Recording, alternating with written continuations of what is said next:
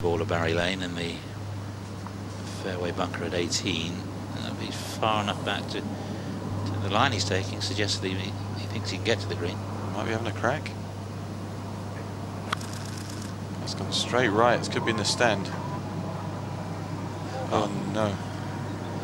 Down in there, and that's horrid. That is evil, that stuff, it really is. Het leek wel een shank. Walk along a long pathway from the clubhouse and we come through some of that stuff to the TV compound, and it's so thick and wiry. But the only hope he might have if the sign is close enough to interfere with his backswing. It certainly would get relief if that's the case. Well, there's the ball. They found it, and I have a feeling that sign might be interfering. Hij neemt nu een stand in en probeert denk ik toch nog men te overtuigen dat die reclamebord in verband met dat achterswing in de weg staat. Maar dat krijgt hij niet voor elkaar. Maar ja, hij probeert het gewoon. En een hele vlakke swing. Terwijl je probeert stijl in te komen. Barry does swing it in a rounded style anyway. His takeaway is very inside on the way back. So he could just clip the outside of that sign. I know he's called for a referee. I can see him looking around. But where could he go? Nearest point would be to his right, really, wouldn't it? Yeah, Je zou zeggen dat je zo'n bal van je rechtervoet moet spelen, maar hij legt hem bij zijn linkervoet in de hoop dat hij met zijn clubhead nog bij het bord uitkomt, lijkt het wel. But even if he... Hij gaf eigenlijk zelf al aan bij de tweede poging, toen hij wat meer open ging staan, dat hij eigenlijk geen last ervan heeft. He's not significantly clear of it. It could catch his club on the way back or the way down. I think he will get relief. Ik zou hem het niet geven, maar je weet het nooit. Neil Briggs, one of the referees. There will be a couple of Dutch referees as well. Mr. Zamora, Mr. Viador. Barry Lane is weer een centimeter dichter bij het bord gekropen, lijkt het wel. Dat is niet de tournament director. Als ik het goed zie is dat Jan Kees van Soest, voorzitter van de wedstrijdcommissie van de Nederlandse Golffederatie. De man daar met het lichtblauwe overhemdje aan. Een Nederlander die zo 3-4 keer per jaar wordt uitgenodigd door de Royal Ancient om cursussen te volgen. Een man die ook een aantal keer gastreferee is geweest op de Tour. En een man met jarenlange ervaring. En die mag een hele moeilijke beslissing gaan nemen, Koert. Die moet Lane dwingen om de proefswing echt te maken op een manier zoals hij echt wil gaan slaan. Dan nog eens tegen Lane zeggen, het gaat niet door.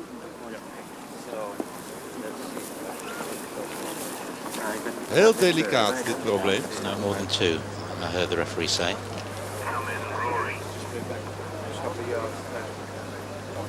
looks like he's already dropped it. Lijkt daar sprake geweest te zijn van een kleine vergissing, maar gelukkig kan Barry Lane er nog om lachen. The referee may have come back and said, I gave you the wrong ruling here. Might be going with the Robert Lee plan now. Well, it could be. We're sooner when you're right. Hopefully we'll grab a word with Barry when he's finished his round. But it was interfering if I took a swing. So he gave me a drop, which was absolutely perfect. Yeah, and then there was another drop. Then he changed his mind and said he had given me the wrong drop because he was giving me a one club length, dropping the other club length because of the whole. Because it's three banners, but it's a whole obstruction. And the left side was in front of where my ball was. Een hele rustige, weloverwogen referee, deze Jan Kees van Soest.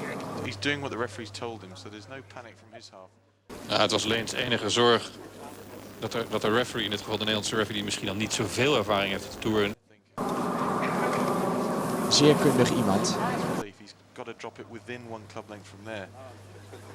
Which probably means he can't get it in such a good spot. En ik vind dat we ook hierin best chauvinistisch mogen zijn. Als we zulke mensen in de Nederlandse gelederen hebben, dan moeten ze natuurlijk sowieso op dit toernooi hun expertise kunnen inzetten.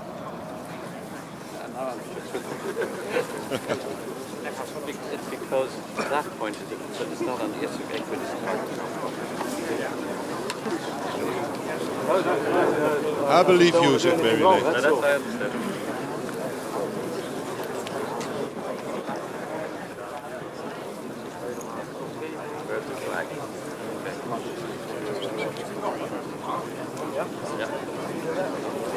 Het is natuurlijk niet alleen maar regelkennis die je moet hebben als je referee bent. Je moet ook nog een behoorlijke dosis mensenkennis hebben en het weten te brengen.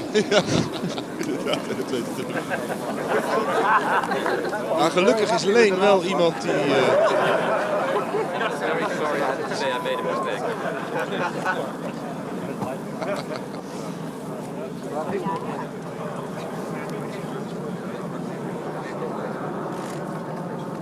Echt happy hoef je daar niet mee te zijn hoor, dat je daar dropt.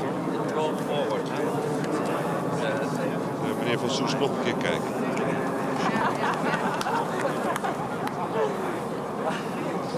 Het rare in zulke situaties is natuurlijk wel dat het publiek staat te lachen. Die denken allemaal van haha, het is grappig en we hebben een beetje contact met Barry Lane. Maar het zijn natuurlijk wel hele belangrijke momenten. Hè? Dit zijn momenten die een toernooi kunnen gaan beslissen. Want laten we niet vergeten dat ooit Mike McLean in 92 toen Langer won.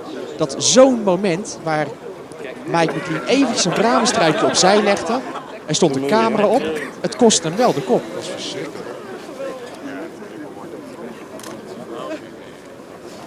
I think it's okay now.